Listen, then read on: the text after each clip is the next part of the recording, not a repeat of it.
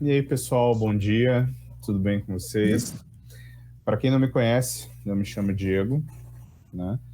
E junto com mais um pessoal aí, né, eu estou na liderança do grupo.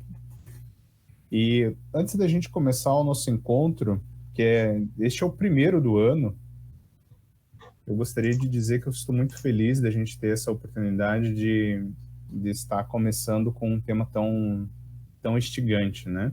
E eu acho que é um tema que também ele está bem quente, é um tema que acho que todos nós precisamos conversar sobre ele.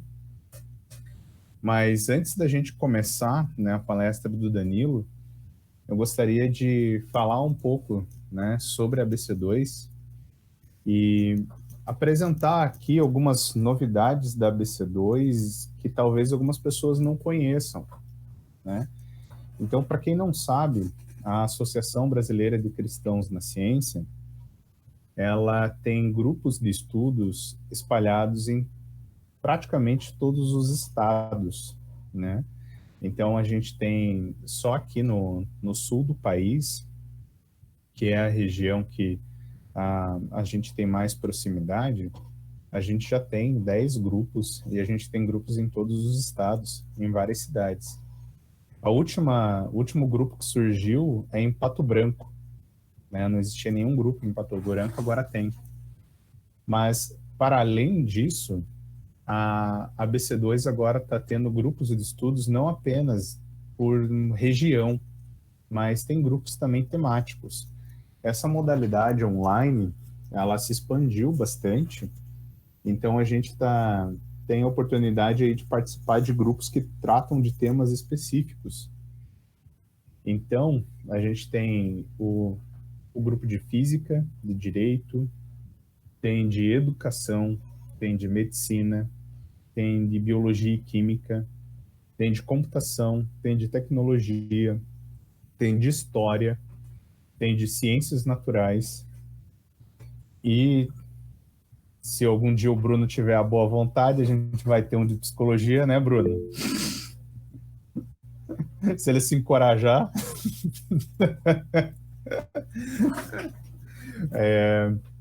Mas o grupo de psicologia ia se confundir com o grupo de Curitiba, daí não ia dar certo. Né? Ia ficar estranho. Mais psicólogos por metro quadrado. Sim. Gente, a, além disso, né, dos grupos espalhados aí, né, por todo o Brasil e os grupos online, agora existe a Academia ABC2. A Academia ABC2, ela produz cursos online e também agora lançou a primeira pós-graduação, né? Que é Deus, o Cosmos e a Humanidade. Então, então já está começando a ficar uma coisa cada vez mais estruturada, né?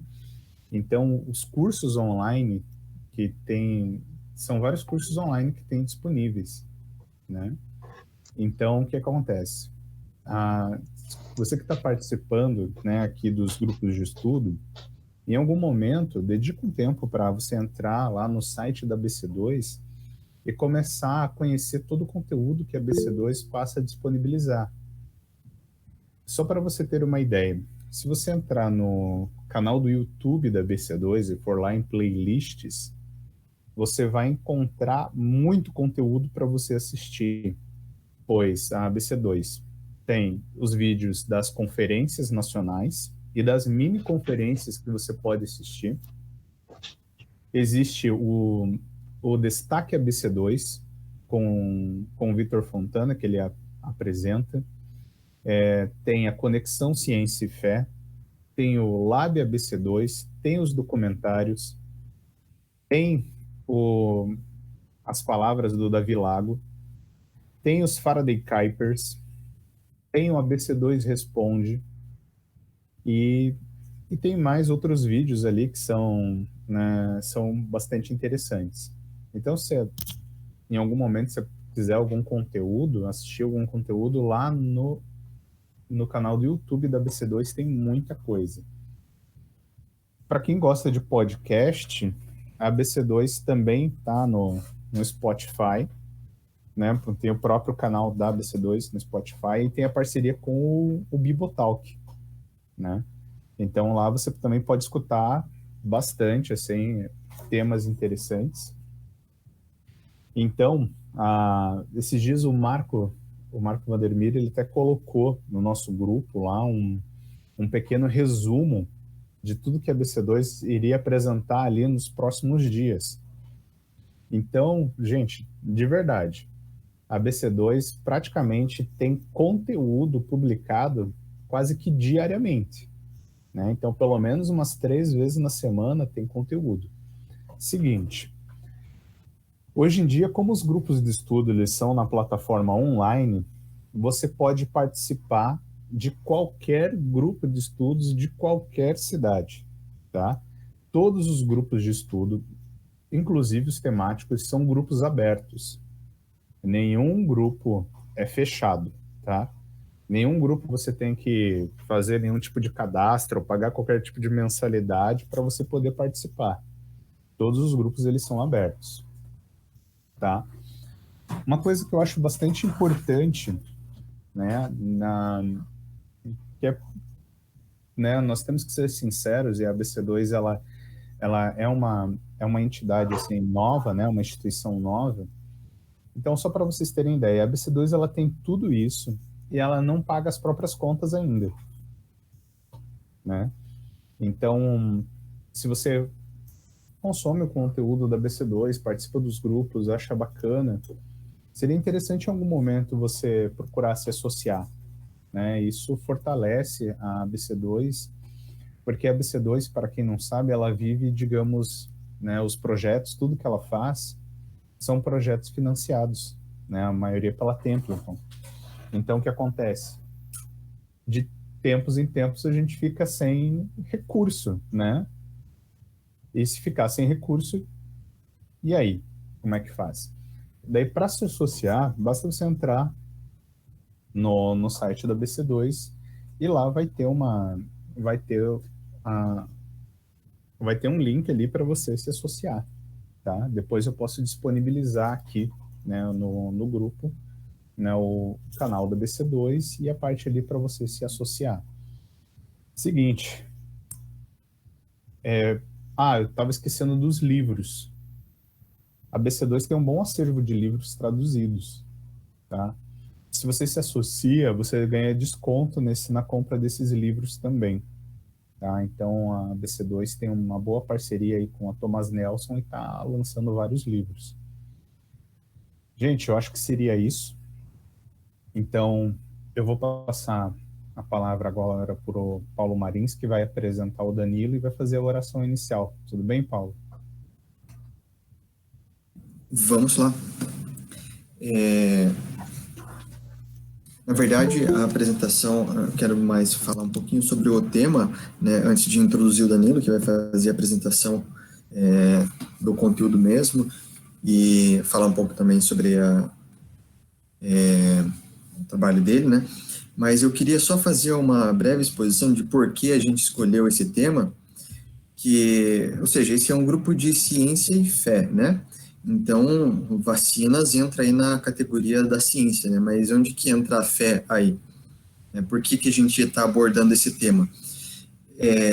Poucas pessoas sabem, mas o termo fé, o termo na Bíblia, né? O termo grego, pistis, né? Fé não significa uma crença totalmente cega, né? Significa mais algo como uma confiança em algo, né? Então, a palavra está mais próxima hoje do nosso termo confiança, porque o termo fé acabou virando até mal utilizado, né? Então, obviamente, que a fé no sentido forte, de confiança absoluta, a gente só tem em Deus, né? Nós cristãos confiamos em Deus como nosso Salvador, como nosso provedor, né? Uma resposta última para tudo, mas confiança no sentido mais cotidiano, confiança parcial, né? A gente vive com isso o dia todo, a gente confia nas pessoas, a gente confia nas instituições, a gente confia em muitas coisas, né? O cientista confia no seu método, né?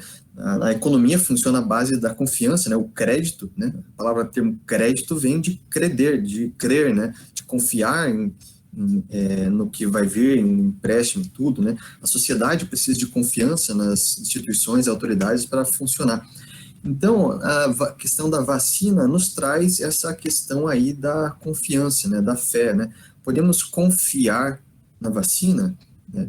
É uma questão que está sendo discutida, está aí quente na sociedade, e por isso a gente achou importante trazer essa discussão aqui para dentro, para a gente abordar esse tema de um ponto de vista cristão, né? Então, acontece o seguinte: para ter confiança, para você poder confiar em algo, é preciso ter conhecimento. Ou mesmo para poder desconfiar de algo, mas desconfiar com embasamento, né? É preciso conhecer algo, tá? Então, o objetivo dessa reunião aqui é a gente trazer conhecimento factual sobre o processo de fabricação de vacinas, como funcionam, né, qual que são os efeitos, tudo e tal. Então, por isso a gente convidou alguém que entende da área, né? O Danilo trabalhou no desenvolvimento, né, de vacina. Então, a gente trouxe alguém que tem um conhecimento excelente sobre isso para nos alimentar, tá? Mas o objetivo desse encontro não é, de forma alguma, entrar em outras questões que vão além desse lado científico, tá? Então, o que acontece? Como é um tema polêmico que está aí na mídia, está nas redes sociais, o pessoal discutindo, envolve questões éticas, questões políticas, e daí isso já toca em paixões, né, profundas, né? Isso acaba gerando discussões, tudo e tal. Então, não é objetivo tocar em questões políticas, né, sobre o que deveria ser feito na sociedade, questões pragmáticas, né, sobre pesar os riscos, quais riscos são mais importantes que outros, questões éticas, né? Tudo isso são questões muito interessantes, importantes, que precisam ser discutidas, precisam ser refletidas, mas o foco do nosso grupo, e especificamente dessa reunião, vai ser a gente trazer o que é fundamental, o que é básico, que é o conhecimento factual sobre o funcionamento das vacinas, para que a gente possa, né, alimentados com esse conhecimento, poder cada um desenvolver as suas reflexões, opiniões, e a gente poder ter conversas, né, em outros ambientes, conversas mais bem informadas, tá? Quando a gente estava discutindo sobre, né, escolhendo o tema, a gente até ficou pensando, né, será que valia a pena trazer para a reunião um assunto tão delicado, né? Será que valia a pena correr o risco de repente, a gente gerar uma discussão desagradável e desnecessária, né? Então, a gente pensou sobre isso, mas nós concluímos que não, que vale a pena a gente tocar no assunto, principalmente, na minha opinião, por dois motivos. Primeiro, porque nós, como cristãos na ciência, é nosso dever estudar essas questões para poder orientar com sabedoria as nossas comunidades, as nossas famílias, a nossa igreja, né? Nós que estamos engajados nessa busca por conhecimento científico e relacionamento com a nossa fé, se não formos nós a estudar isso, quem vai ser, né? Então, primeiro, a nossa responsabilidade diante da igreja e diante da nossa sociedade mesmo. E segundo, porque quem teve a oportunidade de assistir essa última mini conferência da BC2, que foi no mês passado, né? Pode perceber que o Marcelo Cabral, a primeira palestra dele, ele falou sobre virtudes intelectuais, e ele falou que os grupos locais, como o nosso grupo aqui, o grande objetivo do grupo não é simplesmente estudar, mas produzir, desenvolver virtudes intelectuais. Ele até falou a frase seguinte, que a gente aprende não apenas lendo livros, tá?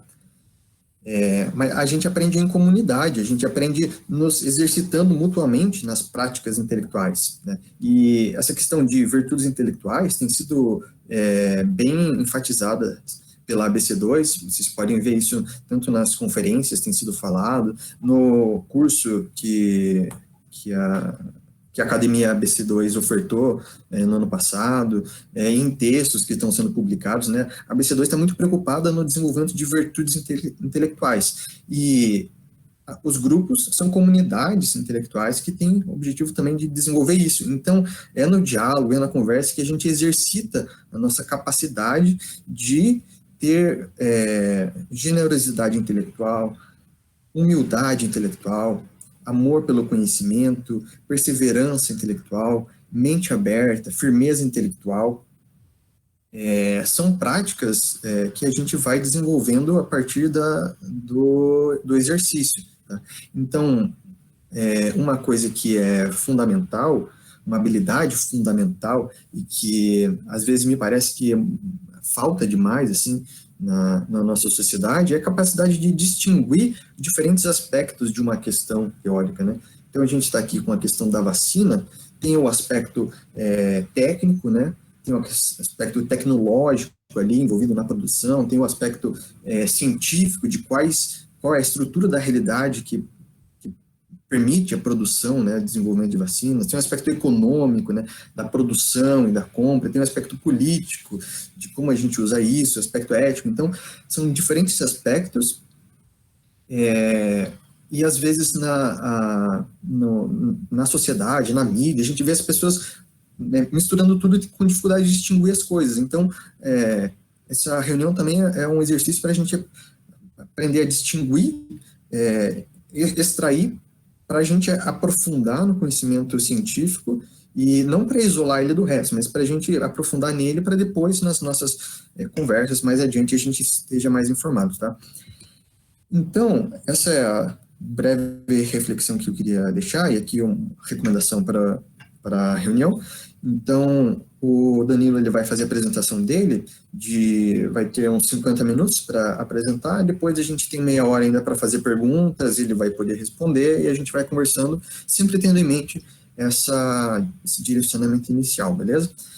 Então, tendo dito isso, vamos orar e podemos, então, começar. Senhor, muito obrigado por esse dia, obrigado por essa manhã, obrigado pela oportunidade de estarmos aqui reunidos para buscar conhecer mais, buscar conhecimento sobre essa questão que é interessante teoricamente, é importante socialmente, é uma questão delicada, mas muito obrigado por o Senhor nos dar todos os recursos, a plataforma para nos encontrarmos, a BC2 que traz muitíssimas informações, o Danilo, que é uma pessoa especializada na área, está no nosso grupo e se dispôs generosamente a doar seu tempo para nos compartilhar seu conhecimento. Abençoa esse encontro, abençoa cada um, que a gente possa ouvir com atenção, que a gente possa aprender com sabedoria, que a gente possa também contribuir com perguntas inteligentes que instiguem a reflexão, e que essa reunião seja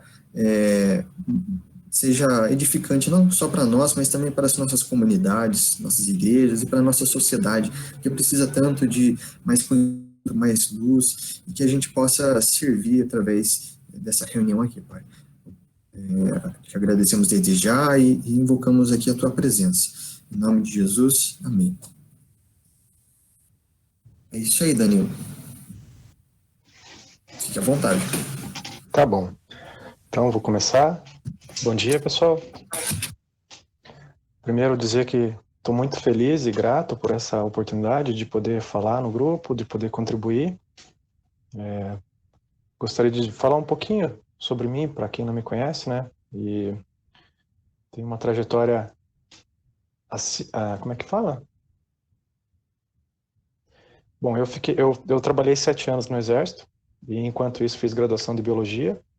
Saí do Exército e fiz mestrado e doutorado em Biologia Celular e Molecular.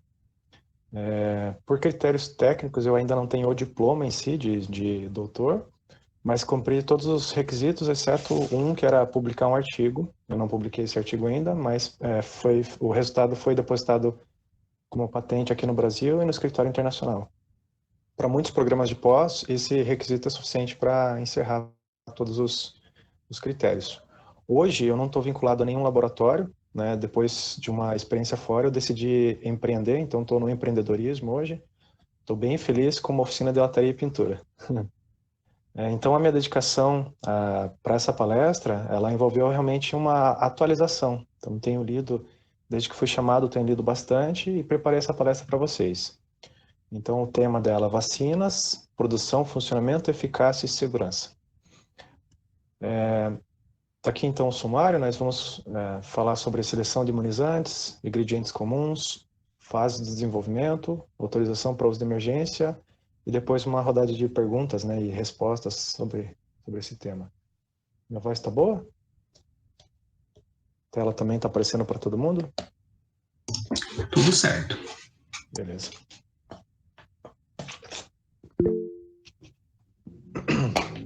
Eu queria primeiro quebrar um conceito.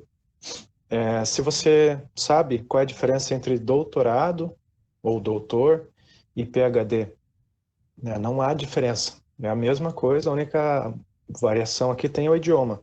Então, doutor ou doutorado é o título de doutor aqui no nosso país, né, em português. E o PhD é a mesma coisa. Então, é Philosophy Degree, então grau de filósofo. Então, qualquer doutor, ele tem condição, é o que se espera, né, de filosofar sobre determinado assunto. E nesse caso, biologia celular e molecular. Então, a gente sabe que a unidade fundamental da vida é a célula, e dentro da célula existem moléculas vitais. Então, ácidos nucleicos, carboidrato, proteína, lipídio. Então, são as 4 moléculas fundamentais da vida. E é por isso que biologia celular e molecular, porque é a ciência que estuda especificamente o interior da célula e as moléculas que fazem ela funcionar. Então, eu gostaria de começar com essas perguntas aqui. O que nós vemos é o que nós vemos ou o que não vemos? O que nós vemos é tudo que nós vemos? Tudo que nós vemos é o que nós vemos? Então, levando em consideração a luz, que é o que faz a gente enxergar, se você lembrar, eu lembro que eu fiz lá na primeira série de ensino fundamental, um disco que eu pintei com a minha mão mesmo, várias cores no disco, um espacinho ali, uma porcentagem do disco para cada cor, e aí a professora falava para a gente girar o disco depois que a gente pintava. E nessa época, né, 1990, não tinha disco de Newton ali, não tinha smartphone. Então eu via aqui um negócio de papel que eu mesmo fiz, quando estava cheio de cores, eu girava e ficava branco, né? Então veja que essa moça com a blusinha branca, qual cor é a blusa dela?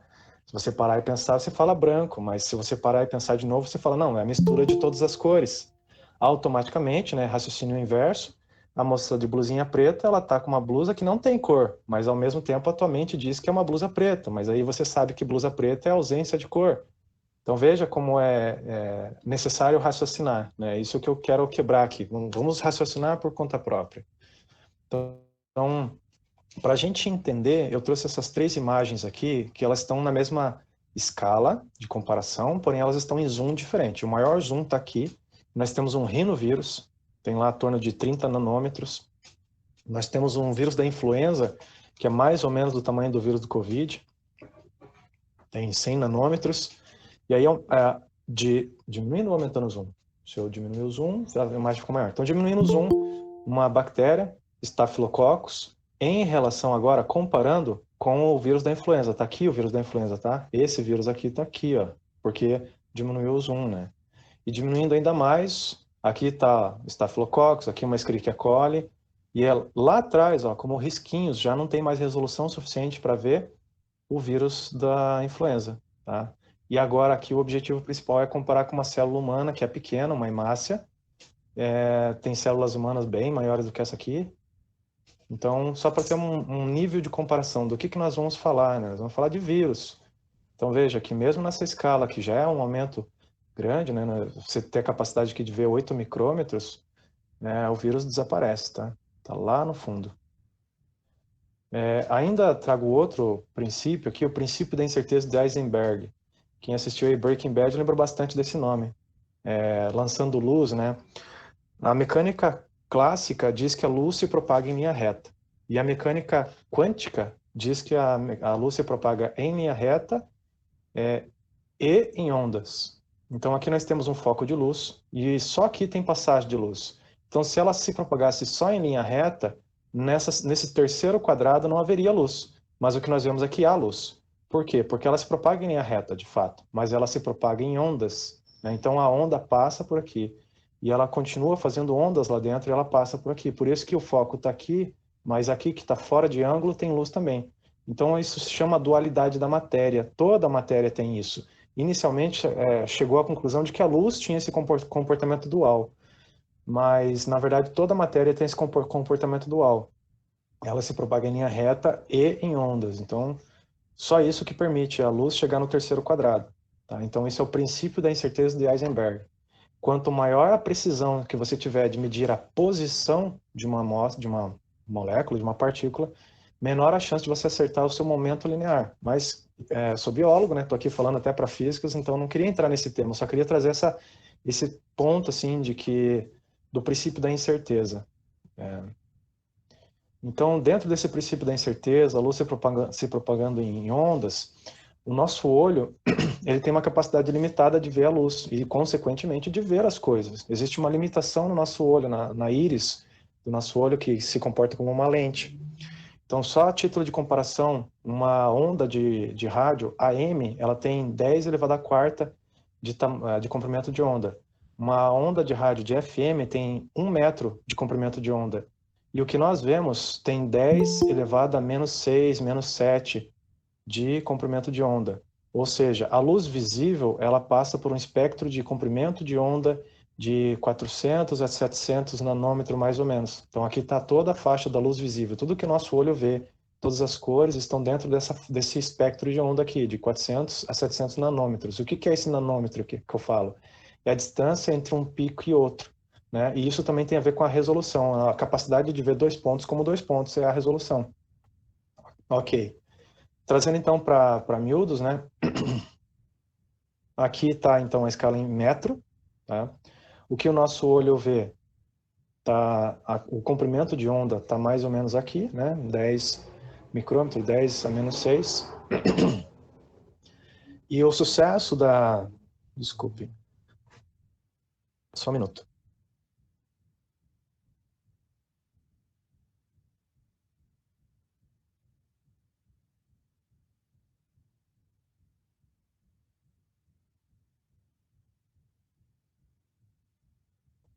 Pronto.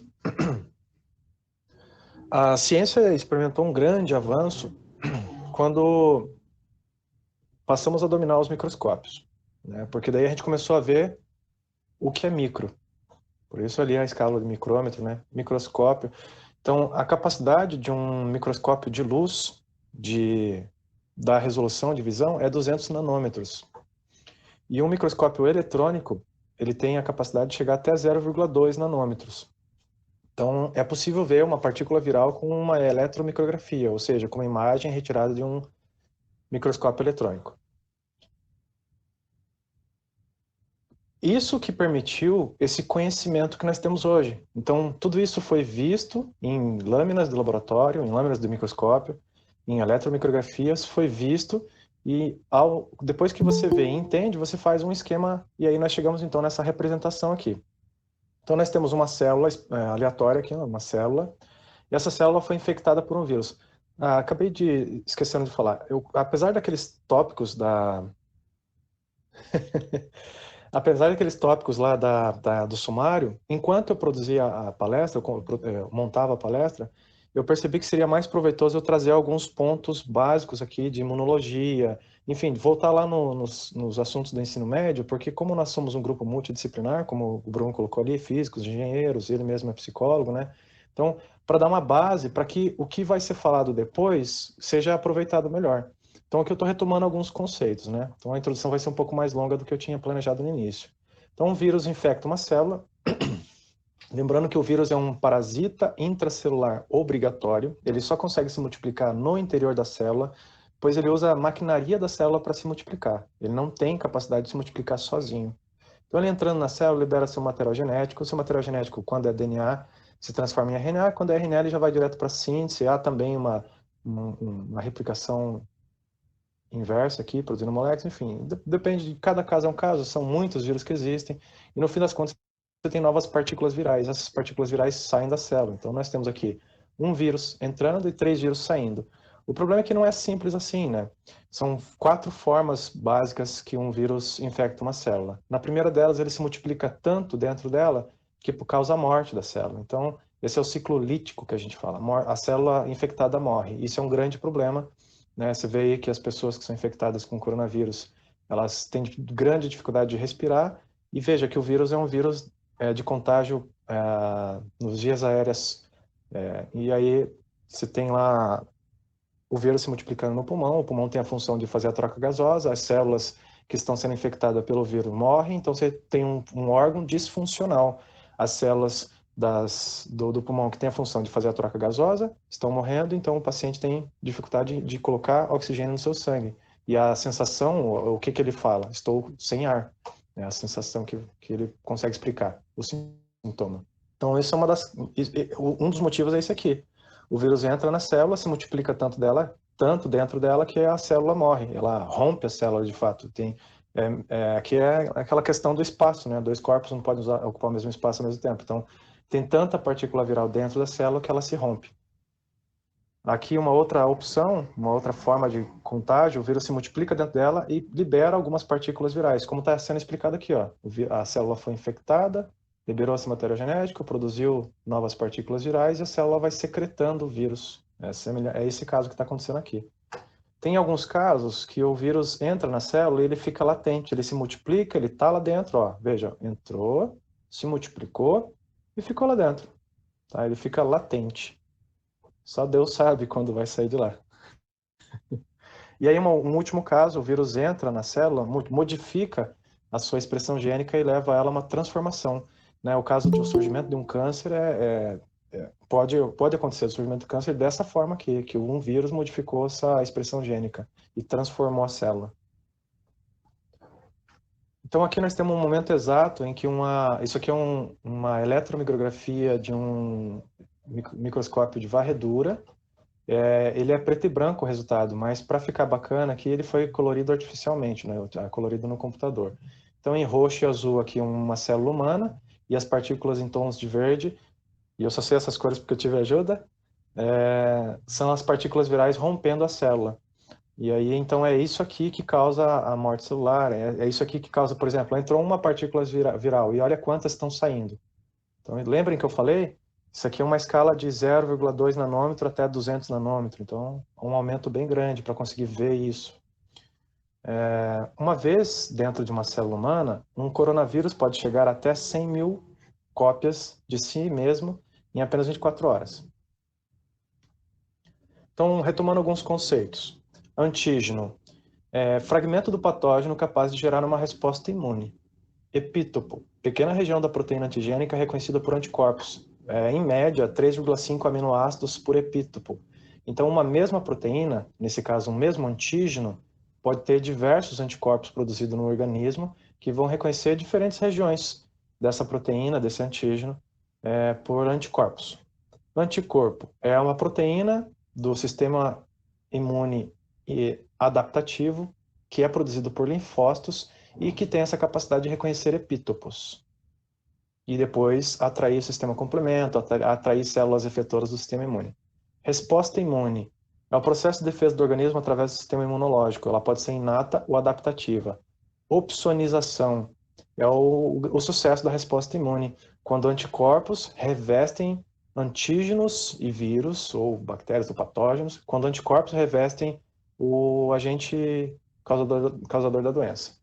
Então, um vírus, uma bactéria, um protozoário, fungo, quando revestido de anticorpo, ou seja, o anticorpo reconheceu aquilo como exógeno, como fora do organismo, como invasor, a gente chama esse processo de opsonização. Isso por si só já é um grande avanço, pois os anticorpos ali ligados vão trazer outras células para eliminar o invasor. Dentro da imunidade, da resposta imune, então, como eu já disse, tem resposta imune inata e resposta imune adaptativa. E aqui ainda na resposta inata, temos diversas barreiras, tudo isso para permitir a saúde do organismo, né? Então, pele, cílios, lágrima, muco, plaquetas, suco gástrico, suor, tudo isso tem função imunológica. A pele é uma barreira física, ela só permite a entrada de agentes patogênicos se estiver fragilizada por corte, queimadura, mas se ela estiver intacta, ela é uma barreira extremamente eficiente, ela não permite a entrada desses micro-organismos.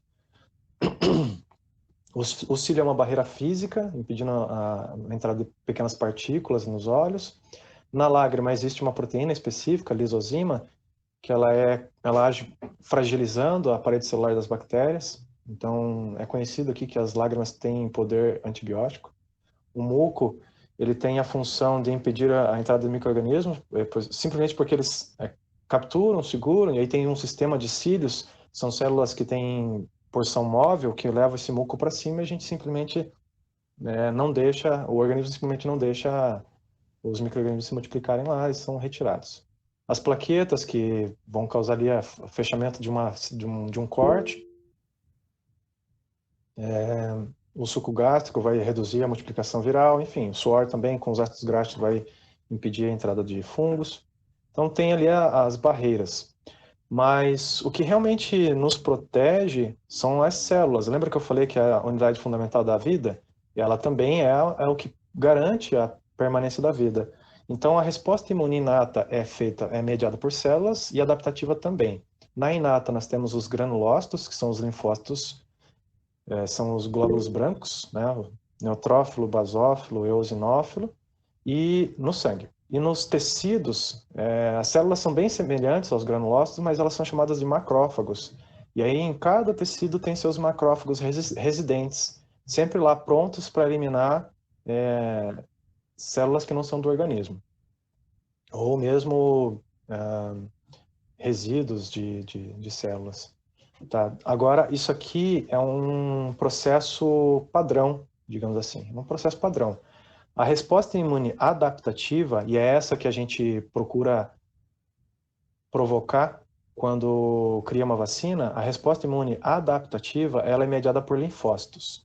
Quais linfócitos? B e T. Então, eu falei que a forma está relacionada com a função. Então, como a forma dos fagócitos é diferente dos linfócitos, a função também. Então, aqui na resposta imune inata, nós temos fagócitos, que é as granulócitos, mastócitos, blastócitos, e temos uma célula específica chamada célula natural killer. Então, elas têm esse papel de reconhecer o que é exógeno e eliminar, mas é uma resposta padrão, concentração constante. A resposta imune adaptativa é quando os linfócitos entram em contato com um agente causador e essas células passam por uma modificação.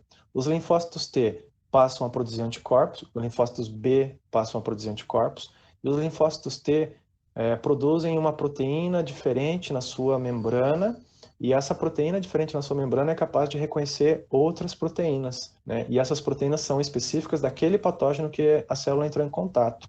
Então, é uma resposta específica. Esticando mais um pouquinho o conceito, linfócitos B podem gerar células de memória, são linfócitos que vão se multiplicar, vão ficar espalhados pelo organismo, até mesmo nos tecidos, não só no sistema linfático, no sangue, vão se espalhar pelo tecido e vão sempre estar prontos para produzir anticorpos, mas eles precisam ser desafiados para voltar a trazer essa memória. Mesma coisa os plasmócitos. Plasmócitos são os linfócitos que encontraram um patógeno e modificaram o seu interior e passaram a sempre produzir um anticorpo específico. A gente fala que isso é uma população clonal. Um linfócito produz um tipo de anticorpo. E aí, para um mesmo patógeno, você pode ter vários plasmócitos produzindo diversos anticorpos diferentes. Isso seria uma resposta policlonal. Isso aqui permanece no organismo, geralmente para a vida toda, em alguns casos por alguns anos, permanece no organismo e sempre com essa capacidade de dar resposta. Então, na primeira vez que o linfócito entra em contato com o patógeno, ele chega nessa modificação. Na segunda vez, ele já está pronto para produzir essas moléculas. Então, a resposta é mais rápida. E aí, não dá tempo do organismo, às vezes até sofrer uma doença. Então, se entrou em contato de novo com o vírus, como já tem lá plasmócitos, já vai produzir anticorpos, já vai eliminar antes de causar a doença. Em alguns casos, outros casos até dá sintomas mais brandos, mas ainda assim é eliminado mais rápido. E aí, para não ser cansativo, células T, existem dois tipos, CD4 e CD8, isso tem a ver, se alguém já ouviu falar, né, tem a ver com um receptor específico na membrana. Linfócitos T, CD4, eles auxiliam na resposta imune, e linfócito T, CD8, eles são chamados de citotóxicos, porque eles vão causar a morte das células que têm esse receptor. Então, resumindo, imunidade inata, sempre pronto para eliminar o organismo, os micro-organismos. Ocorre sempre da mesma forma, independente do agente causador. Não muda de acordo com o contato prévio e tem concentrações constantes. É realizado pelas células fagocitárias, células dendríticas e células natural killers. Essas células dendríticas aqui são sinônimo de macrófagos. A imunidade adaptativa, que é o foco de uma vacina, imunidade gerada ao longo da vida, ou seja, o indivíduo vai entrando em contato com patógenos e vai ter uma resposta específica para aqueles patógenos. A ativação mediada por contato prévio com agentes invasores gera resposta imunológica e as células efetoras são linfócitos B e T. Aqui acho que já deu, já falou bastante sobre linfócitos, já falou dessas respostas, citotóxica, reguladora, auxiliar, enfim, vamos lá. Aqui, gente, quando a gente vê uma representação bonitinha, igual essas que eu usei antes, elas vêm desse tipo de material. Aqui nós temos duas, três micrografias, ou seja, lâminas visualizadas no microscópio de luz, e para a gente visualizar isso é necessário uma etapa longa de tratamento da amostra e depois coloração. Então aqui é uma coloração de hematoxilina e eosina, o que é ácido para não me confundir e para também não confundir, ela cora ácido e básico. Um fica com tons de laranja, de vermelho, isso? Sim. Mas era para ser vermelho e azul, roxo, então. Mas aqui, basicamente, diferencia pelo pH, o que é ácido e o que é básico, e aí você consegue ver muita coisa só por diferenciar o pH, porque o núcleo de uma célula ele é ácido e o citoplasma ele é básico.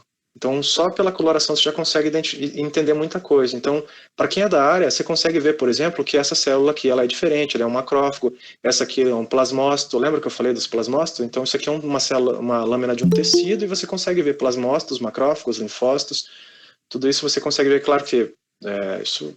E aí depois disso aqui a gente gera aqueles esquemas para ficar mais fácil de explicar. Mas isso aqui é um material preparado para microscópio de luz. Então a escala aqui 200 nanômetros mais ou menos. E isso aqui, gente, isso é lindo. Olha como é lindo isso aqui. Isso é uma eletromicrografia de um microscópio de transmissão de um plasmócito. Eu falei do esquema, né? A gente entende bem certinho aqui, faz o esquema para depois explicar. Se é um plasmócito, então ele tem um núcleo bem desenvolvido, uma expressão gênica acentuada, grandes revestimentos de retículo endoplasmático liso e rugoso, principalmente rugoso, e aí produzindo o quê? Qual é a função principal do plasmócito? Produzir anticorpos. Anticorpos são proteínas, então eles vão ser produzidos aqui dentro do retículo endoplasmático rugoso, do plasmócito, ó, não é verdade? Então tá tudo aqui, ó. Então aqui uma eletromicrografia, isso aqui realmente é o resultado de uma pesquisa, e isso aqui é um esquema para simplificar, para visualizar. Lembram da mitocôndria? A mitocôndria, centríolo, olha só. Mas olha, o que mais tem? Retículo endoplasmático, produção de proteínas. Isso é apaixonante, gente. Então, fazendo uma divisão básica, né, existem os órgãos do sistema, só para contextualizar mesmo, né, melhorar a visão, a imagem que está sendo criada aí na mente de vocês. Os órgãos imunitários, né, os órgãos do sistema imunológico, são divididos entre primário e secundário. Primário, medula óssea e timo, secundário, linfonodos, baço, tonsilas, apêndice e placas de Peyer. Então, medula óssea e timo, a medula óssea é produção de elementos figurados, então as células são produzidas na medula óssea. Onde está a medula óssea? Aqui no exemplo da imagem ele está mostrando os ossos ocos. Então todos os ossos ocos possuem medula óssea. Na medula óssea são produzidos elementos figurados do sangue, mas nós temos ossos ocos ao longo do organismo todo, não só no fêmur. Timo está aqui, próximo ali da traqueia. Nele ocorre a maturação dos linfócitos T, e até por isso que ele é chamado de linfócito T, porque ele passa por maturação no timo. Então, timo, linfócito T. Ó, se cair na prova. E aí nós temos os linfonodos, já dentro dos órgãos secundários.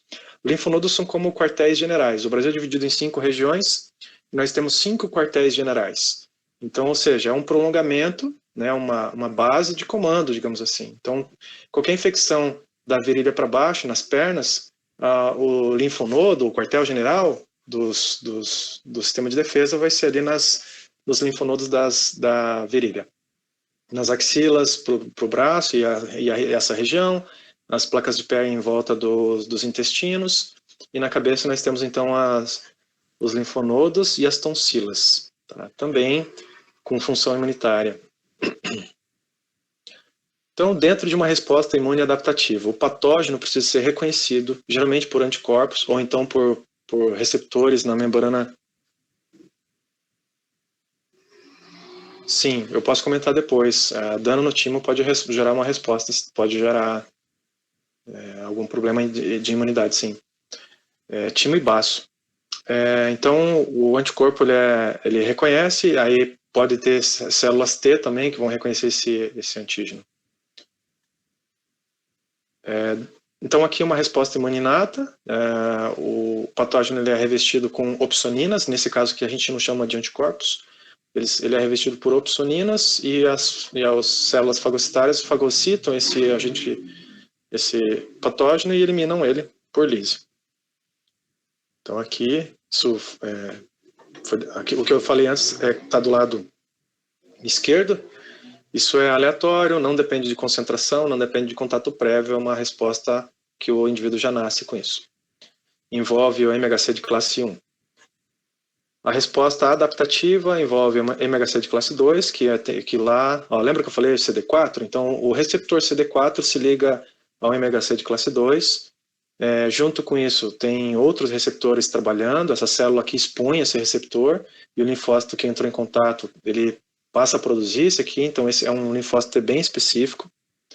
E essa célula, então, ela é eliminada. Tem outras células efetoras que vão produzir, então, os anticorpos. Esses anticorpos também vão se ligar aos patógenos, que seria aqui embaixo. Então, isso é uma imagem resumindo do que foi falado até agora. E agora entrando, de fato, numa produção clássica de uma vacina. Vejam a escala de tempo que eu coloquei aqui. 2, 4, 6, 8, 10 anos. Pesquisa e desenvolvimento, fase clínica, aprovação da vacina. Pesquisa e desenvolvimento. Ideias são geradas na cabeça dos pesquisadores, né? E no grupo de pesquisa. Essas ideias, elas são colocadas em prática e entra, então, o que torna a ciência, o que dá autoridade à ciência, é a tentativa e erro. Só a verdade sobrevive aos fatos. Então, depois de um tempo, você testando aquela ideia, os resultados falam por si. Já não é mais o pesquisador, não é mais o grupo de pesquisa, não são mais os pares que estão falando aquilo, mas os próprios resultados falam isso. Então você decide testar a proteína hipotética lá. A proteína, no meu caso, por exemplo, lá, o vírus da rubéola, eu decidi testar 3 proteínas. Eu testei a proteína E1, a proteína E2 e a proteína C do capsídeo, né, as 3 proteínas estruturais do vírus da rubéola. Eu decidi testar isso. Até o Paulo falou ali que eu trabalhei na produção de vacina. Não foi produção de vacina, foi produção de um kit diagnóstico. Foi produção de diagnóstico. Mas como os resultados eram tão bons, eu tinha dados suficientes para extrapolar para uma produção de vacina. Então eu tenho uma pesquisa e desenvolvimento, né, uma fase laboratorial de uma vacina. Mas assim, mais para o campo dos resultados mesmo, dos resultados que eu obtive lá in vitro. Então, você leva anos para testar isso tudo. E aí você decide, com os resultados falam por si só, qual é a proteína mais importante para você trabalhar. E por que mais importante? É aquela que gera maiores títulos de anticorpos, ou seja, concentração. É aquela que gera títulos de anticorpos neutralizantes. É aquela que gera uma resposta de linfócitos B e também de linfócitos T. Então essas proteínas são de grande interesse para uma vacina. E os resultados falam por si só. E o resultado precisa de tempo, né? Então beleza, com o tempo você decide, vamos fazer um teste agora clínico com essas proteínas em uma vacina. Entra a fase 1. Na fase 1, os pacientes selecionados todos são saudáveis. E aí você testa então a segurança da vacina. Isso já foi feito ano passado. Aí você passa então para a fase 2. Na fase 2 são centenas de pessoas testando a segurança da vacina, mas agora já não só a segurança, porém a eficácia também. E nessa fase os pacientes já não são tão saudáveis assim. Não tem todos o status de 100% de saúde, digamos assim, se pudesse ser alcançado, né? Mas não são só pacientes saudáveis. Aí já começa a variar um pouco aqui. Inclusive pacientes de diferentes etnias, diferentes idades, já entram na fase 2, mas sempre é um estudo, é uma fase clínica. Isso tudo tem consentimento assinado do paciente que está participando da pesquisa. Fase 2. Terminou a fase 2, entra na fase 3. Já na fase 3 são milhares de pessoas. Então eu li vários artigos de jornais aí recentes falando das pesquisas que estão em voga, e são 30, 40 mil pessoas participando dessa fase aqui. Então isso tudo são dados, e os dados falam por si só. E não precisa eu defender uma vacina que eu não tenho dados. Com os dados defendem a vacina, não sou eu, né? Eu só olho os dados e falo, olha, essa vacina é tantos por cento, aquela é tantos por cento, mas com dados, baseado em dados, não opiniões. Isso é a ciência, esse perfil imparcial, ok? Isso é uma produção clássica da vacina, certo? Não é exatamente o que a gente está vendo hoje, porque esses tempos foram abreviados. Então, produção clássica da vacina, fase 1, pequeno grupo, pessoas saudáveis, o papel principal é avaliar a segurança. Fase 2, centenas de pessoas, diferentes estados imunes, grupos étnicos diferentes. E a fase 3 já aumenta, só expande isso aqui, né? Expande o estado imune, expande... Aqui é importante se a vacina vai ser aplicada no mundo inteiro, então é importante colocar diferentes regiões do planeta. Então, basicamente, você identifica os anticorpos, os antígenos, você produz dados e aí você integra tudo isso para produzir uma vacina. Dentro da vacina agora. Exatamente, é uma das que mais pode demorar justamente pela quantidade de pacientes, né? São muitos dados para serem tratados, para compilar tudo isso, então demora. Mas claro, né? Tendo mão de obra, tendo efetivo para isso, o negócio sai mais rápido. E aí tendo quem pague também, né? Porque a ciência não é para dar lucro, né? A ciência é cara, dependendo do ponto de vista. Então, ingredientes comuns de uma vacina são, primeiro, obviamente, antígenos. Segundo, estabilizantes, porque você precisa manter isso. Terceiro, adjuvantes. Quarto, antibióticos. E quinto, conservantes. Então, uma vacina é composta por esses 5 pontos, basicamente. Tá? Paracelso, um médico austríaco, se eu não me engano, ele disse essa frase, ela é célebre, bem conhecida nas ciências biomédicas e na farmacologia. A diferença entre o remédio e o veneno é a dose. Então, entrando agora na composição da vacina. Os ingredientes, tem outros, tá? Mas os que eu lembrei de colocar aqui. Vetores virais com DNA recombinante, vírus inativado, peptídeos sintéticos, proteínas recombinantes, vírus vivo e atenuado, RNA mensageiro, que é a grande novidade. É a primeira vez que uma vacina com RNA mensageiro é usada em humanos. Tem outra, uma técnica que bem estabelecida, e eu até esqueci, mas partículas tipo vírus, isso tudo ela produzido em laboratório. Estabilizantes. Então, ainda nos antígenos, pelo menos um tipo desses antígenos aqui tem que estar presente na vacina, e é isso que vai gerar resposta imune. Vetores virais com DNA recombinante. Tem algumas vacinas açaí disponíveis hoje para uso emergencial para Covid. É um vírus, um adenovírus, que não tem problema algum para o ser humano, só que ele é modificado em laboratório e ele tem fragmentos que vão produzir proteínas do vírus do Covid. Então, o adenovírus vai se multiplicar no organismo quando a pessoa toma a vacina e vai produzir também proteínas do Covid. Você vai ter a resposta imune e quando ela entrar em contato com o Covid, você vai ter esses anticorpos específicos desse DNA específico. Vírus inativado. Se eu não me engano, porque tanta informação, se eu não me engano, a Coronavac é com vírus inativado. É uma novidade, não tem muitas vacinas em humanos que usam o vírus inativado. Então você simplesmente provoca a morte do vírus e injeta isso no paciente, a resposta imune vai ser branda, mas vai produzir anticorpos. Peptídeos sintéticos, você produz em laboratório a sequência, a região da proteína que você conseguiu ver com dados lá laboratoriais, que são importantes para gerar a resposta imune. Isso aqui é bacana porque você escolhe exatamente quais são os aminoácidos que vão estar lá, você faz uma síntese você faz a síntese específica, né? Você coloca um por um dos aminoácidos em ordem, o primeiro, depois o segundo. Então isso o que eu estou querendo dizer é que você consegue controlar cada etapa da produção do peptídeo sintético.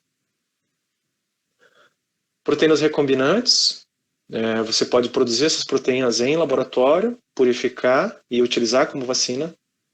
Vírus vivo e atenuado é o maior sucesso de vacinas hoje. Por exemplo, a vacina dos vírus sarampo, cachumba e rubéola é um grande exemplo de sucesso, inclusive com vírus vivo e atenuado. As três cepas de vírus, sarampo, cachumba e rubéola, são vírus vivo e atenuado, eles são usados em apenas uma dose. Aliás, são duas doses, mas apenas um frasco tem vacina para os 3 vírus e eles são vivo e atenuado. Vacina de RNA, ele é revestido com umas vesículas, e isso facilita a entrada na célula. E a vacina tipo vírus. Tá. Quando você padroniza isso em laboratório, tem como você controlar todas as etapas de produção, transporte e armazenamento. Quando você coloca isso para uso nos diversos países, aí é necessário pensar nessa estabilidade da vacina. Então, o objetivo principal dos estabilizantes, preservar a eficácia durante o armazenamento. Você tem que pensar que se ela é para ser armazenada congelada, ela vai passar por ciclos de descongelamento.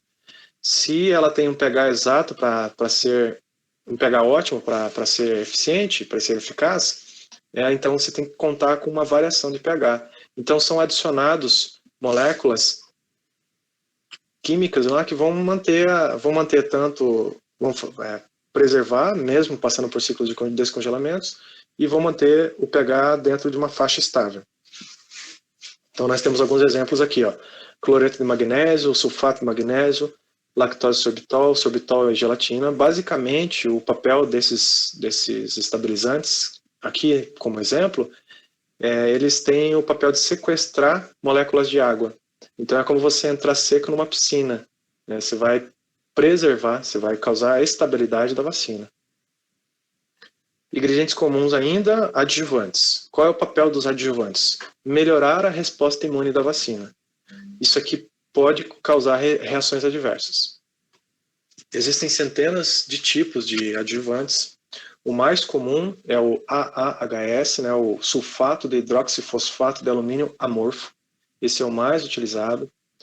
Fosfato de alumínio, hidróxido de alumínio, sulfato de hidroxifosfato de alumínio, óleo de escaleno, QS21, que é um extrato purificado de quilina, monofosforil lipídio A e vitamina E, aí esse CIP. Eu vou pegar esse aqui como um exemplo. CIP, ele mimetiza ácidos nucleicos. Então você imagina que você tomou uma vacina e lá na região onde foi aplicada a vacina vai ter uma grande quantidade de moléculas mimetizando ácidos nucleicos. O que o organismo vai entender? Está acontecendo uma invasão de micro-organismos.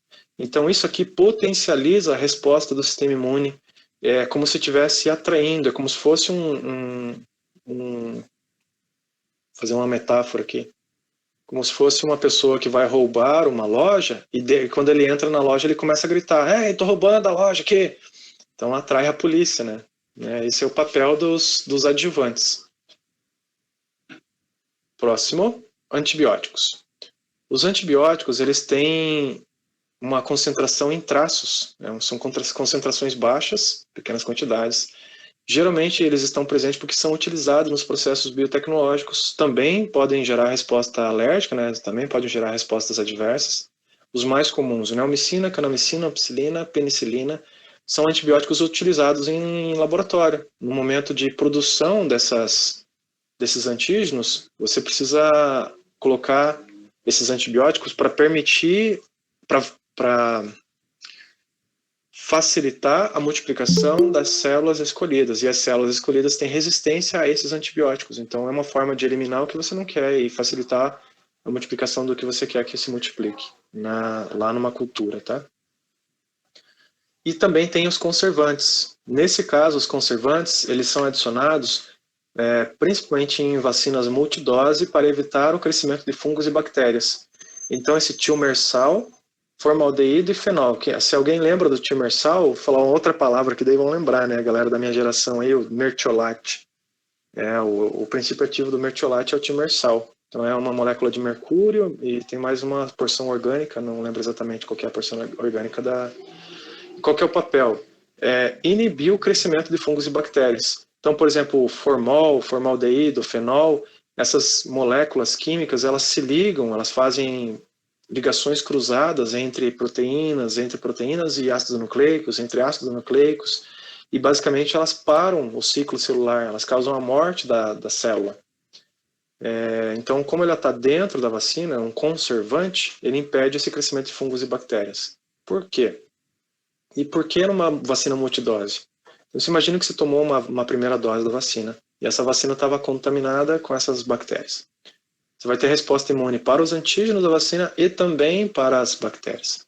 A próxima vez que você tomar essa vacina, se ela tiver de novo, pode acontecer, contaminada com esses fungos e bactérias, você vai ter mais uma resposta contra esses fungos e essas bactérias. Então, ela atrapalha a resposta imune, ela pode inutilizar a vacina, enfim, são vários assuntos para se colocar um conservante.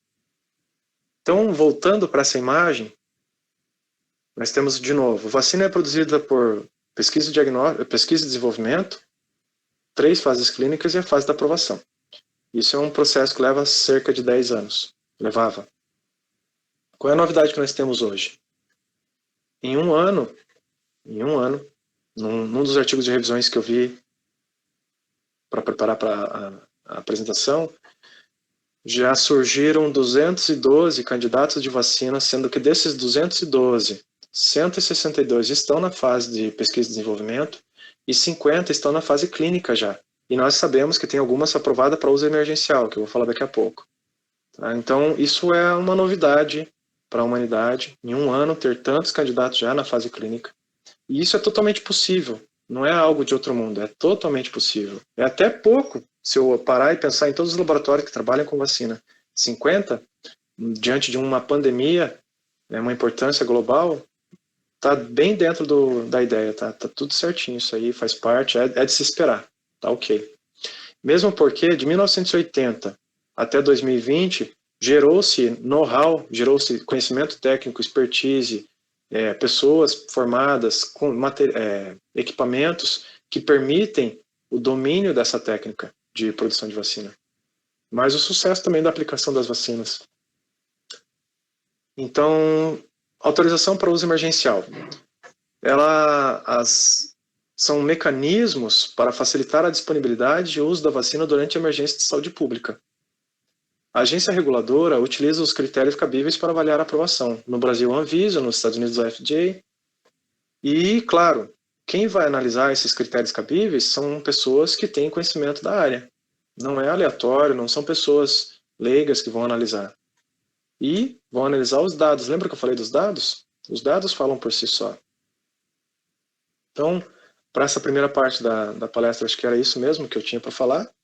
E aí, devolvo a palavra agora para a gente entrar nas questões.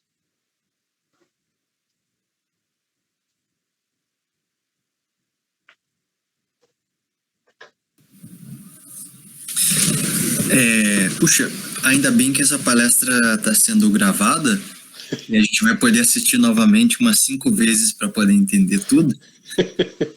E ainda bem que tem, como o Bruno falou, tem gente que estuda isso, entende e pode produzir essas coisas para a gente. Mas então, certamente ficaram um monte de dúvidas, né? Eu tenho algumas aqui, só preciso organizar melhor para poder soltar as perguntas, mas já tem uma questão aqui que eu queria entender melhor, é que é o seguinte, pelo que você mostrou, é impressionante o quanto o nosso organismo é complexo e tem tantos recursos e é organizado para combater isso aí. É fantástico. Entretanto, esses, né, a célula, que é a unidade mínima, né, da vida, né, e esses anticorpos são partículas que não têm intencionalidade, né? Elas não têm óleo, saem ali pelo organismo vendo procurando o vírus. Então, como que elas chegam até o vírus? É por causa da concentração no organismo, assim, é aleatório, então elas se espalham por todo o organismo e daí, se tiver uma grande concentração, elas vão se esbarrando e vão encontrando? Ou tem algum mecanismo indireto, assim? É basicamente a ideia de um exército que ocupa o território nacional todo, e ele sabe também quais são os pontos frágeis. Então, nos pontos frágeis, ele coloca uma ocupação maior. Então, as células de defesa e os anticorpos, primeiro, eles circulam no sangue, e o sangue circula no organismo todo. Segundo, que mesmo o sangue que circula no organismo todo tem que ser entendido de uma forma mais ampla. O sangue, ele sai do vaso sanguíneo e inunda os tecidos. Então, as células de defesa, elas têm essa facilidade de inundar diversos tecidos. E, além disso, ainda tem as células de defesa residentes. Então, cada tecido tem os seus macrófagos residentes. E o legal é que o anticorpo, ele tem uma natureza fantástica. Ele é solúvel em água. Então, a vida, o nosso organismo mesmo, de 60% a 80% do organismo humano, dependendo da idade, é feito com água. Então, isso facilita muito a chegada dos anticorpos. E aí tem uma questão, uma palavra que a gente chama de quimiotaxia. A quimiotaxia é uma atração química. Então, é mais ou menos assim, os anticorpos foram feitos para encontrar esses bichos. E por aí vai. Legal. Teve uma que a Fernanda Cleto, ela disse: Danilo, acho que você poderia explicar o que é a vacina vetorial, vacina RNA-M, vacina com vírus inativado, já que são essas que estão disponíveis no mercado. Eu tenho alguns slides aqui para isso. Posso mostrar? Pode mostrar. Enquanto isso, o pessoal vai pensando aí, vai colocando as perguntas no chat, que daí eu vou lendo em ordem.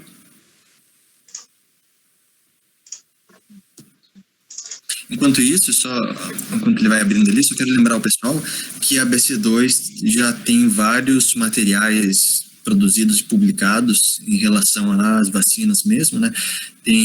Saiu um BTcast sobre isso, tem um programa lá no YouTube, tem um material em PDF também, então, para quem tem interesse, eu não consegui ver tudo ainda, mas estive algumas dessas coisas e tem bastante informação lá também, bem relevante. Tá pronto aí? Prontinho. Pode falar, então. Então, a vacina, eu coloquei aqui mRNA, a Fer colocou RNA-M, tem a ver com o idioma. Então, messenger RNA, então, RNA mensageiro. Existem vários tipos de RNA, dentre os quais a gente acaba dando uma importância maior para o RNA mensageiro. O RNA mensageiro é o que tem a receita de uma proteína. A gente entra aqui no dogma central da biologia molecular. Qual é o dogma central da biologia molecular? Moléculas de proteína são as moléculas efetoras. O que realmente trabalha na célula, produz, desenvolve, são as proteínas. Elas também são moléculas estruturais, mas principalmente efetoras. As moléculas efetoras da célula são proteínas. Como que a gente chega nela? Bom, a dupla fita de DNA tem 2 vezes a mesma informação dos mesmos genes num organismo como um humano, né? Nós temos 23 pares de cromossomos, ou seja, temos 23 cromossomos que recebemos da mãe e 23 cromossomos que recebemos do pai, e eles se juntam numa dupla fita helicoidal. O DNA, então, tem a informação para produção de proteínas. Só que ele está no núcleo, né? Para essa proteína ser produzida, ela tem que ser produzida no citoplasma. E como que a informação sai do DNA? Existem eventos e proteínas que abrem a fita de DNA em regiões específicas, produzem fitas de RNA mensageiro, e esse RNA mensageiro é como se fosse uma receita para a produção da proteína. Então a gente tem o processo de transcrição, quando o DNA é usado para produzir uma molécula de RNA, e nós temos o processo de tradução, quando a molécula de RNA é lida e produz uma proteína. Então, transcrição, tradução. Esse é o dogma central da biologia molecular, digamos assim, a ponta da lança da biologia, porque isso explica muitos eventos. Então, a partir do momento que você entende, seleciona, codifica os RNA mensageiros, então foi isso que foi feito pela Pfizer, pelas empresas que têm a vacina de RNA. Você pode produzir essas moléculas de uma maneira controlada em laboratório, certo? Então tem aqui alguns equipamentos que são conhecidos, tem um bioreator, tem um computador para analisar as sequências específicas. Isso aqui entra naquelas adenina, citosina, timina, guanina, lembra dos ácidos nucleicos e das subunidades dos ácidos nucleicos, os nucleotídeos? Para o RNA você troca a timina para a uracila. Então tá aqui, você tem tudo isso, consegue analisar em computador e faz uma sequência e produz uma sequência específica, conhecida, de um RNA mensageiro, produz isso em larga escala, coloca isso tudo dentro de um tubo e gera uma vacina. Foi isso que foi feito. Ela não era comercializada para humanos, é a primeira vez que ela está sendo comercializada para humanos. Então tá lá, vacina de RNA com RNA mensageiro. Só que, claro, não é só o RNA que vai ser colocado nessa vacina, existem vesículas para englobar os RNA mensageiro. Essas vesículas, elas permitem a absorção das células em volta. Então essa célula absorveu a vesícula, como ela não é ofensiva para a célula, a vesícula se desfaz quando ela é absorvida e dentro da célula, então, é liberado esse RNA mensageiro. Lembra que eu falei? Adenina, guanina, timina, tá lá. Ó. Então o RNA mensageiro troca a timina por uracila e você tem aqui uma sequência aleatória, nesse caso aleatória, mas na vacina da Pfizer ela era bem específica. Isso não é só um RNA, são vários RNA, várias cópias, RNAs de regiões diferentes. Então tá lá o RNA mensageiro entrando na célula. O que vai acontecer? O RNA tá lá, vai ser traduzido. Então a célula humana normal do organismo que recebeu a vacina de RNA vai passar a produzir as sequências específicas das proteínas do vírus do Covid, né? E essas proteínas vão gerar uma resposta imune. As proteínas sim vão gerar resposta imune. Então a célula produz as proteínas, está aqui, então os amarelinhos são como se fossem as proteínas e a célula manda para fora essas proteínas. Mas isso não é só a célula, o corpo todo que recebeu a vacina, certo? Acho que passou, acho que já foi. Então assim fecha, com isso aqui eu fecho então a questão da vacina RNA.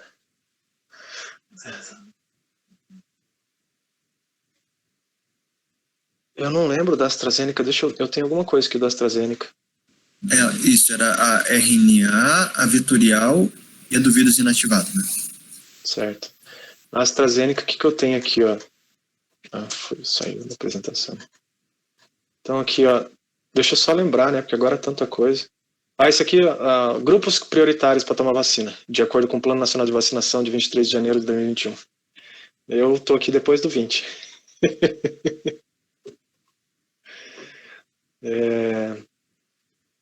Aqui, Pfizer, AstraZeneca, primeira dose 64%, segunda dose 70% de eficácia. Moderna, primeira dose 80%, segunda dose 95,6%.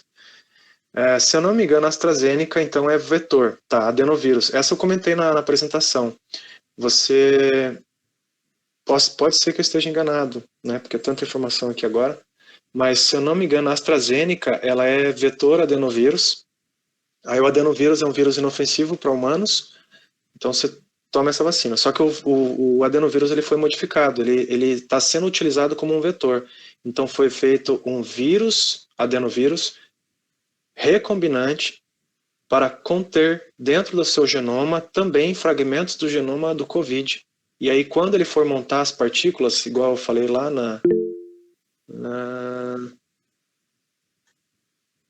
Poxa. Aqui. Sim, lá no início eu tenho algumas imagens boas aqui. Então, quando o vírus for montar suas partículas, aqui e aqui, ele não vai só produzir as proteínas do adenovírus, ele também vai produzir proteínas do COVID. Aí, quando ele montar essas vesículas aqui, porque ele vai infectar, vai gerar uma multiplicação na célula, no organismo. Quando ele montar essas partículas, não vão ser só proteínas do adenovírus, vão ser proteínas do COVID também. E a resposta imune não quer saber, ela vai gerar plasmócitos para todas essas proteínas que ela encontrar. Então, vai ter aqui.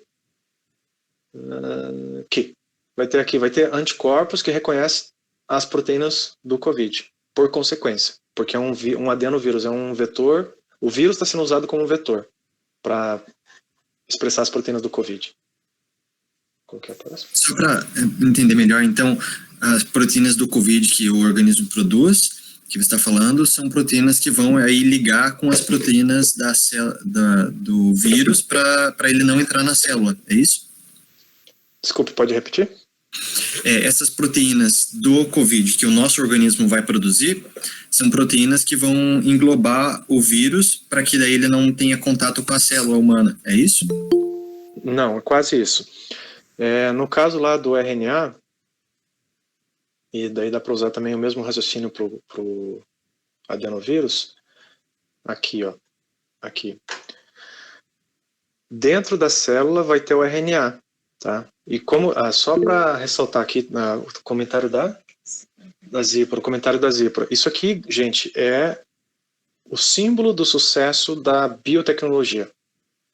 Ela é biomédica, ela lembrou bem, eu estava esquecendo de falar, o símbolo do sucesso da biotecnologia. Porque com isso a gente chega num nível profundo de eficiência do conhecimento. Você tem o conhecimento, você tem técnica, você junta tudo isso, você produz então ferramentas para lutar contra a doença. Então você juntar lá o dogma central da biologia molecular com ferramentas biotecnológicas para colocar isso dentro da célula de um paciente saudável é um sucesso estrondoroso.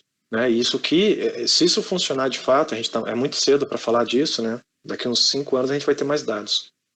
Se isso aqui funcionar, nós vamos lutar contra as doenças de uma maneira bem eficiente, bem rápida.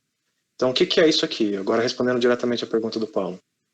Você provoca a entrada de RNA mensageiro do COVID de uma maneira controlada dentro de células saudáveis. As células saudáveis vão simplesmente produzir essa proteína. Ela não sabe de onde vem nem para onde vai esse RNA mensageiro. Então ela simplesmente vai produzir a proteína daquele RNA mensageiro. Quem sabe qual proteína é? O camarada que trabalhou no desenvolvimento da vacina. Aí você faz a célula produzir. Ela produz, essas proteínas vão ficar ali, aí sim, aí é aleatório, porque essas proteínas não tinham que estar lá. Está lá por causa da vacina. Só o fato delas estarem ali, aquele sistema imune altamente vigilante que nós temos no organismo, vão reconhecer essas proteínas e gerar uma resposta imune. Aí volta para essa imagem aqui. O patógeno vai ser reconhecido. O patógeno não passa despercebido e vai ser eliminado. Então, depois de tomar a vacina, são 7 dias. Depois de 7 dias que você tomou vacina, se você entrar em contato com o vírus, você tem, digamos assim, armamento específico contra aquele invasor. Que são os anticorpos e os linfócitos T.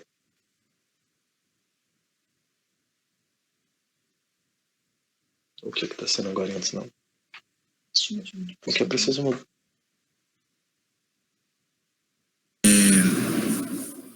Deixa eu ver aqui pela ordem das perguntas. A Rita colocou 2 perguntas, vou priorizar uma aqui primeiro. Ela disse, fale sobre as probabilidades das vacinas serem eficazes contra as novas variantes. Eu acho que essa é uma questão que preocupa muita gente. Não tem jeito. Não tem jeito. O COVID, ele é um vírus que o material genético dele não está no DNA. O material genético do COVID está no RNA. Quem é da área sabe que quando um vírus tem o material genético armazenado no RNA, ele tem uma chance muito maior de sofrer mutação. E o somatório de mutações pode provocar cepas diferentes. Então é provável que a maneira clássica de produzir vacina não alcance vacinas para essas cepas que vão surgir. Mas se surgir uma nova cepa, é provável e é bem possível que seja necessária uma nova vacina. E aí entra de novo o sucesso da vacina RNA mensageiro, porque você consegue daí com RNA mensageiro alcançar essa multiplicação, tá? Se surgir uma nova cepa, você tem um tempo menor para produzir uma nova vacina. Mas infelizmente é assim mesmo. Se ele tiver uma mutação específica, ele consegue às vezes fugir da resposta imune. Mas também não vamos ficar tão desesperados. Os anticorpos produzidos para a cepa antiga, eles vão ter uma certa eficácia na cepa nova. Tá? Então, é provável que uma pessoa vacinada com a cepa antiga tenha anticorpos suficiente para não chegar na intubação, na internação, os resultados sejam mais brandos. Deixa eu aproveitar então e emendar aqui uma pergunta do Marco Vandermeer. Ele disse o que é preciso mudar nas vacinas quando surgem novas cepas. Ouvi dizer que as de vírus inativado podem ter melhor resposta para esses casos. Todo pesquisador que desenvolve uma vacina, ele planeja imitar a infecção selvagem. Então, o vírus selvagem, ele não tem freios, a multiplicação dele é extremamente rápida, ele em pouco tempo, vocês lembram lá, 100 milhões de cópias em um dia. Então, a infecção selvagem, ela é sempre mais violenta do que a infecção vacinal. É comum isso. Então, todo desenvolvedor de vacina vai procurar uma resposta mais próxima da selvagem possível. E se você está procurando uma resposta mais próxima da selvagem possível, o maior sucesso que nós encontramos até agora foi com o vírus vivo e atenuado. Porque o vírus vivo e atenuado, o vírus vai se multiplicar dentro da célula, ele vai produzir todas as proteínas e a resposta vai ser mais próxima de uma infecção selvagem. Quando você tem dados suficientes, olha só, a mesma resposta são duas. Então, para você ter uma vacina mais eficaz, você precisa ser mais próximo da infecção selvagem. Mas quando você tem dados suficientes do vírus, e nós não temos o Covid, mas quando se tem, você não precisa necessariamente produzir um vírus atenuado. Você pode ter lá proteínas recombinantes, pode ter RNA mensageiro e pode fazer o organismo produzir só aquelas proteínas que você sabe que vai ter títulos de neutralização viral, anticorpos que desencadeiam linfócitos T, que é a resposta celular, chamada de resposta celular. Então, com informações precisas, você consegue fazer uma vacina precisa. Aproveitando então, falando nisso, o Abimael Júnior pergunta aqui, por falar em infecção selvagem, né? Se após a criação da resposta imune para o Covid, o paciente sofrer uma infecção massiva de Covid, a resposta imune desenvolvida pela vacina é suficiente para combater a infecção? Esse é o papel da vacina.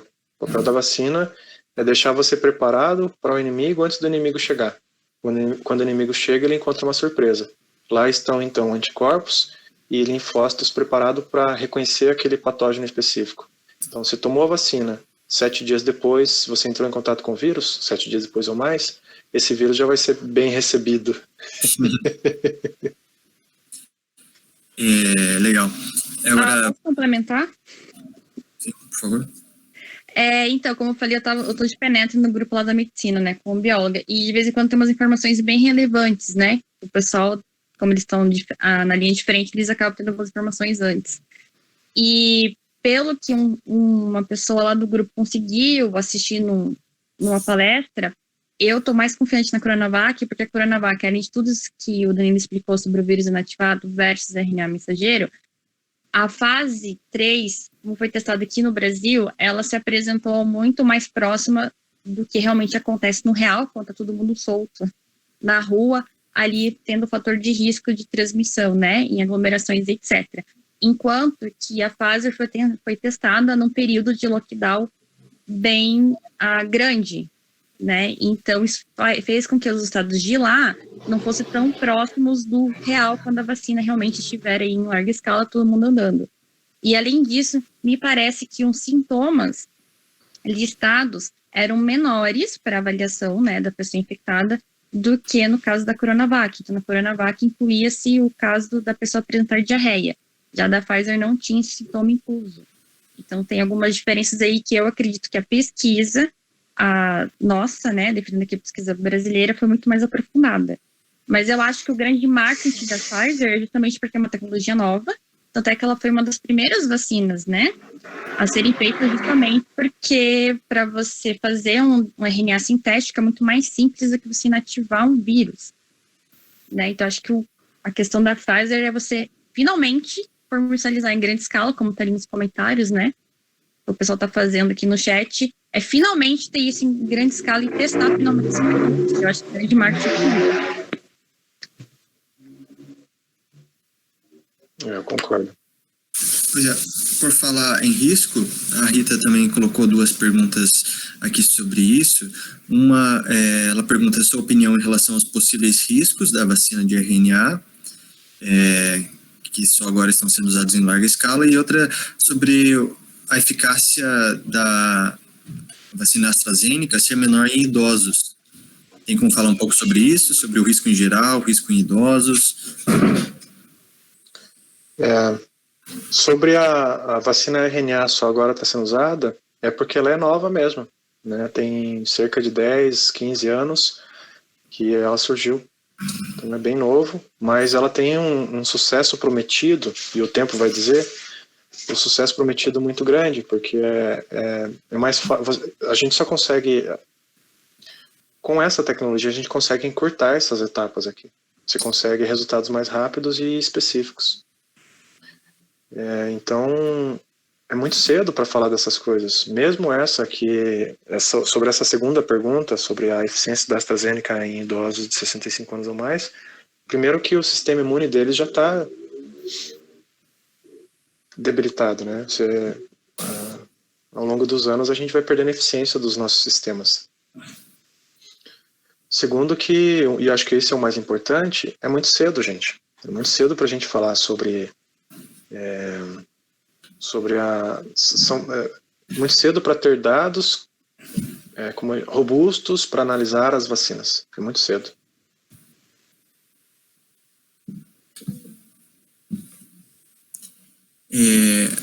Sobre dados, né? Então, emendo aqui pergunta do Gilberto Barros. Ele pergunta se existe uma estimativa do percentual das pesquisas que chega na fase 1 e que depois se qualificam como vacinas, passando por todas as fases. Olha que bacana esse slide aqui, ó. São 212, claro que isso aqui já deve ter aumentado, desde que foi publicado o artigo, já deve ter aumentado pelo menos mais umas 4, no mínimo mais 4 surgiram. Então são 212 candidatos, olha a retenção aqui na primeira fase, 162, 50 passaram, né? E dessas 50, nesse mesmo artigo, tinham 14 que estavam na fase de uso emergencial, e nenhuma aprovada. Então cada etapa tem uma taxa de retenção bem alta, ó. 162 para 50, 50 para 14, 14 para 0. Legal. Uma pergunta minha aqui, que é uma questão que tem sido bem discutida, é a questão da eficácia, né? Você pode explicar um pouco mais sobre essa questão do percentual de eficácia e o que isso significa na prática? Sim. Você diz que uma vacina ela é eficiente quando você alcança lá a imunização de rebanho.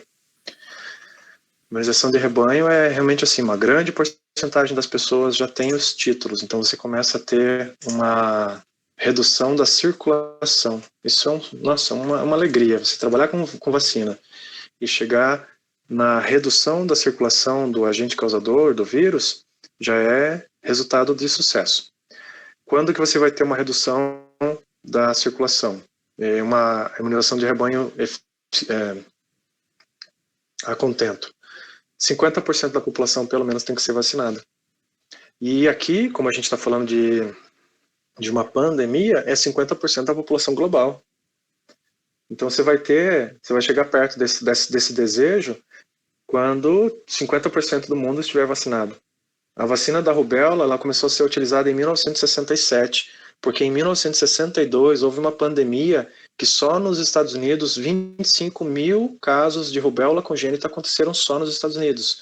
Essa pandemia de 1962 levou ao primeiro licenciamento de uma vacina para rubéola em 1969, então ou 67, 69, agora estou meio confuso, mas desde o final da década de 60 tem vacina eficaz disponível. E até hoje, nós não temos 95% da população vacinada. A partir do momento que 95% da população global for vacinada, nós erradicamos o vírus da rubéola. E nós estamos ainda longe disso, porque nós temos mais de 50% nós temos mais de 75% do território global com vacinação para o vírus da rubéola, mas isso significa apenas um pouco mais de 50% das pessoas, porque os países mais pobres não têm vacinação. Então, isso tem um grande número de pessoas sem vacinação. Então, sucesso lá da poliomielite. Poliomielite foi erradicada. Por quê? Porque foram vacinadas pessoas ao redor do mundo todo, com mais do que só a imunização de rebanho. Foi 90%, 95% do planeta foi vacinado, então você erradica um vírus que se multiplica só dentro do humano, então uma geração vacinada é suficiente para erradicar o vírus.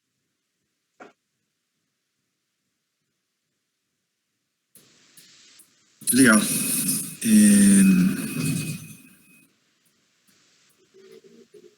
Deixa eu ver. Uma pergunta interessante do Haroldo, Portugal. Por que o Brasil tem que depender de outros países para ter as matérias-primas para as vacinas? Temos tantas universidades, centros de pesquisa, etc. Estamos nas mãos da Índia, China, Rússia. Na verdade, nós não dependemos, né? Mas eu entendo a pergunta dele, eu vou responder de duas formas a pergunta dele. Aqui mesmo, do ladinho, ó, na Universidade Federal do Paraná, existe um grupo de pesquisa, deixa eu só achar aqui.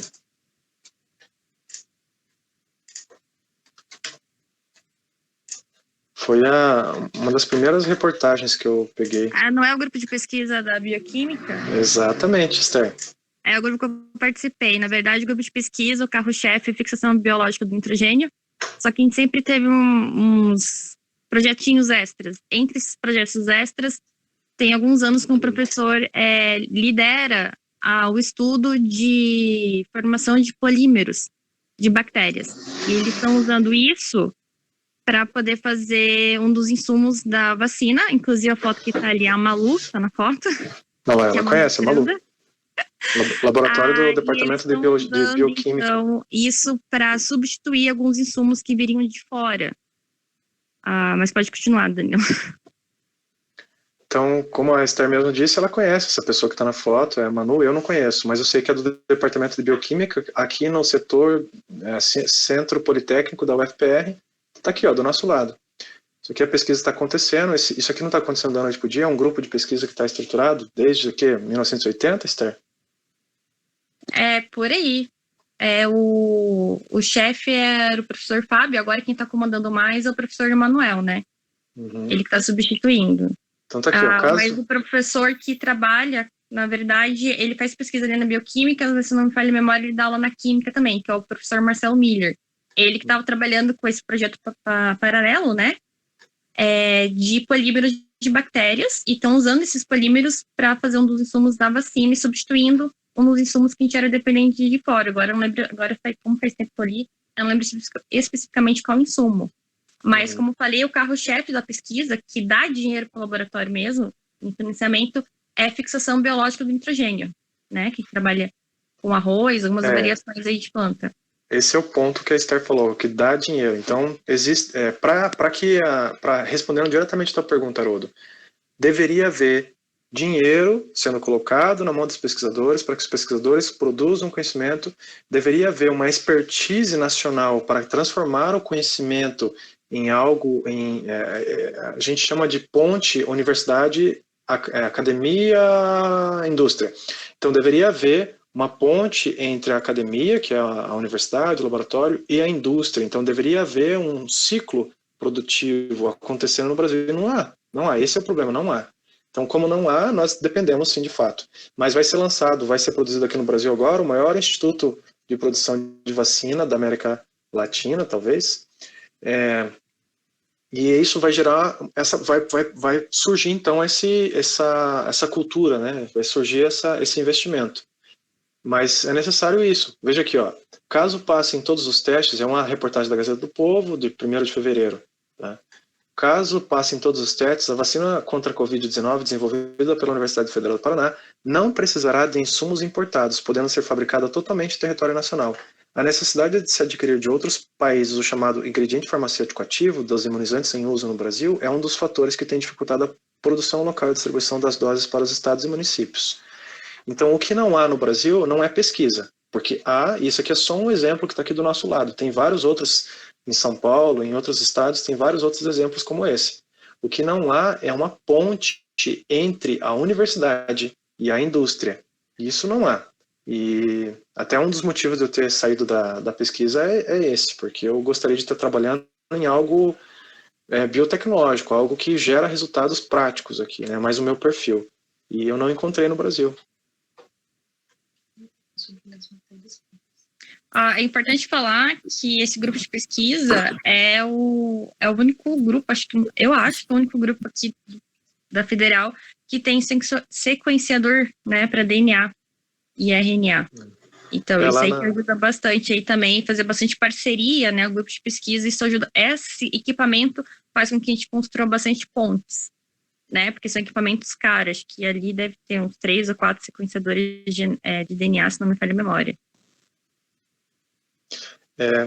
Ali na Fiocruz, Paraná, Instituto Carlos Chagas, ali no Tecpar, também tem esses sequenciadores, tem sequenciadores de última geração. Eu não sei falar especificamente qual é a geração que tem lá, mas tem também sequenciadores, enfim, tem bastante, equipamento tem bastante. Ali na bioquímica tem de primeira geração e segunda geração, né? A gente tem ali tem o iUTorrent, se não me falha a memória. Daí tem um que a gente estava parando de usar, porque ficou um pouco ultrapassado, e tem nossa, me fugiu o nome, gente. O Nexter Generation, alguma coisa assim, como é que é? Next Generation. Me ajuda aí nas marcas, gente. Esqueci o nome, a concorrente do iUTorrent, esqueci, gente, mas tem um segundo equipamento lá. Mas enfim, na verdade, tem. É o segundo usado. O Torrent a gente usava bem pouco no laboratório. Então tem gente. Illumina, lembrei. Illumina. Lá na Fiocruz. Lá na ICC também tem. Mas enfim, não é ter ou não ter o equipamento, né? É essa ponte que falta. Nós temos pesquisadores excelentes, né? Tem uma equipe técnica muito bem formada no Brasil, mas não tem essa ponte. Falta essa cultura de transformar conhecimento acadêmico em produto. Essa cultura falta no Brasil. De nada. E esse aí é um ponto, né? Eu pergunto se faz sentido também outro ponto, é a questão de investimento em pesquisa que às vezes não tem uma aplicação imediata, mas às vezes vai gerar descobertas que no futuro vão ser isso. Tem isso também? O exemplo é esse da pesquisa do professor Marcelo Miller, né? Era uma pesquisa básica de estudar polímeros fabricados por bactérias, e de repente agora isso pode ser usado para um insumo de vacina. Acho que está aí a resposta. Certo, a pesquisa ela é desenvolvida em duas partes, é a pesquisa básica e a pesquisa de desenvolvimento. Essa que a gente está falando hoje aqui, lembra que eu falei da primeira fase, a fase laboratorial? Pesquisa e desenvolvimento. Então, o que gera produto é o desenvolvimento, é a pesquisa de desenvolvimento. A pesquisa básica, ela gera dados e informações para entendimento e tomada de decisão. Então, no Brasil tem muita pesquisa básica, e pesquisa básica de qualidade, e pouco desenvolvimento tecnológico. Legal, muito obrigado. A gente está caminhando já para chegar no fim da reunião, no fim do nosso horário, então, se vocês querem colocar mais uma última consideração, Danilo, antes de terminar, daí depois o Diego pode dar os recados finais e orar para a gente terminar. Olha, eu esgotei aqui. Então, se você me permite, gostaria só de aproveitar uma metáfora que você colocou aí, tentar ver se dá para fazer uma outra aplicação também, né? Você falou o sistema imunológico humano como um exército, né? Que está ali preparado, né? Se desenvolvendo e para quando chegar o vírus ele ter como se defender, né? Acho que isso talvez também se aplique para o conhecimento, né? A gente estuda, a gente vai pesquisando, a gente vai acumulando conhecimento que talvez não tenha um uso imediato, mas é importantíssimo porque quando surge a necessidade a gente tem que estar preparado, né? Então, tanto no sentido aí da pesquisa em geral, é importantíssimo a pesquisa, né, científica, quanto no nível pessoal, né? É importante a gente estar sempre buscando conhecimento, aprimoramento pessoal, estudando, porque isso vai servir muito, e a gente nem sabe exatamente quando ou como, né? Então, se é isso, agradeço muitíssimo, Danilo, obrigado pelo teu esforço, empenho em pesquisar, em sintetizar o conhecimento, tantas informações aí, você colocar de uma forma mais palatável para a gente, o teu tempo aí de dedicação, preparação e agora também, muito obrigado. Obrigado a todos que vieram aqui também, contribuíram, e é isso aí, Diego, tá contigo. Sobre a reunião, lembre da reunião. Oi, tudo bem? Só lembrando que o próximo encontro de março a gente vai falar sobre o livro Um Cientista Lê a Bíblia, que a gente está enviando os capítulos caseiros para não entrar em nenhum tipo de ilegalidade, né? Então, desde o nosso Cálido Lar. Então, só para vocês saberem que a gente está se baseando nesse livro, que é de difícil aquisição, não tem muitos exemplares e é muito caro, né? Então, é sobre isso que a gente vai discutir. E é a visão do John Polkinghorne, então nem tudo que a gente lê significa que a gente aceite tudo que ele fala, mas estamos acompanhando ele nesta quaresma, né? Então pode nos acompanhar também no grupo do WhatsApp que a gente estiver aí com os nossos devocionais, matutinos ou às vezes vespertinos, depende do que acontecer aqui em casa.